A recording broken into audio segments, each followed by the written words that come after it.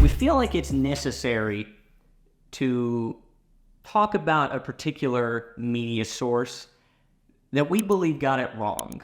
Now, and we're also not the only people who believe that they got it wrong. Trey, who would you say had the worst take that we know of on the Player of the Year? Oh, it was absolutely Foundation Disc Golf. Unreal. I mean, I don't want to bad talk Isaac Robinson. Let's be real. 2 majors. Most years, especially with the parity that's in disc golf right now, that would be Player of the Year. But not this year. And Thomas was talking to me earlier about a graphic that I hadn't seen before, actually, the Foundation put out. Yes, back on what looks to be October 16th, this is about 3 weeks ago at this point, is they put out the graphic of who would win Player of the Year, Player A, Player B, or Player C, with a variety of stats. And Player A didn't matter. The photos also, if you know disc golf at all, are definitely Gannon, Calvin, and Isaac. So, I mean, like, you're not really hiding anything to anybody that... Which they are the 3. They're right. 1, 2, and 3. Like, no doubt. It's just the silhouettes there almost don't matter. But the specifics here were that Player B had 2 elite wins, 1 silver event, $93K earned, and 13 podiums. Player C, on the other hand, they notated it as 2 major wins, 13 top 10s, which they didn't include as a stat for Player B, $92K earned, and 8 podiums. They conveniently left out top 10s for Player B being Calvin. Which just blows my mind that you're going to put that stat there because that's the only stat to get him to the collective 4 that they're using for everybody else. It's ridiculous. And it's also funny to see that they listed for Player A and Player B silver wins when they have just historically been very against the silver events counting towards anything. Yeah, and so, it's only because Player C didn't have them and they wanted to fill it in, but didn't want to give Player B the top 10s that they deserved. I mean, how many times? Was it one time that Calvin finished outside the top 10? I mean, he had to have had like 20 top 10s.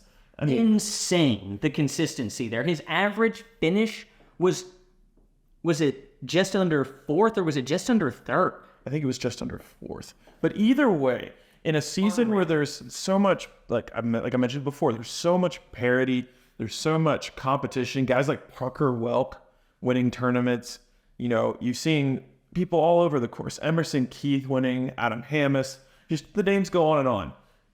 The fact that Calvin was able to win 2 Elite Series events and finish so consistently throughout the year, I mean, players galore have come to the defense of Calvin Heiberg.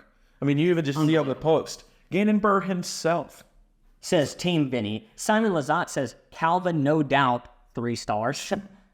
Alden Harris says Mr. Robinson, a little bias there. No doubt. Absolutely. I don't think I see any other particular names off the bat, but I think it's very clear that players really do believe that Calvin deserves this, and they're the ones that know most that level of consistency on that playing field is insane and extremely difficult to reproduce. Yeah, absolutely. I mean, there's also posts on Facebook where Ricky was defending Calvin as well. There is absolutely no doubt in my mind that Calvin was the best player this year. Yeah, and one more thing that I think is very necessary, we'll touch on this in a different segment, but I vehemently disagree with the idea that Player of the Year should be determined by which season you would rather have.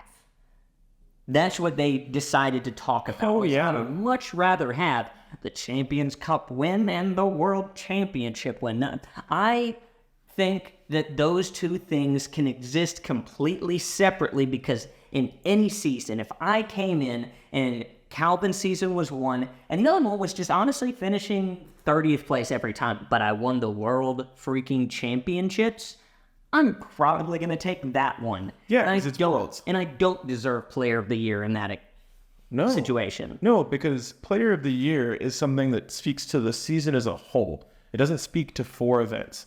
Now, majors matter, and if it's close, a major will give you the edge. But when the separation is very clear on average finish and podiums and top 10s, which, again, Foundation decided they were just going to leave out on their figure. It's just clear. Let's just note, Las Vegas Challenge, Isaac finished 82nd. Waco, he was 45th. Texas State's. He was 52nd silver, but it doesn't matter. 31st at the Preserve. I mean, those are Did the DDO. yeah. It's just numbers that Calvin didn't even come close to touching. His worst finish on the year was 16th at the Champions Cup. Insane.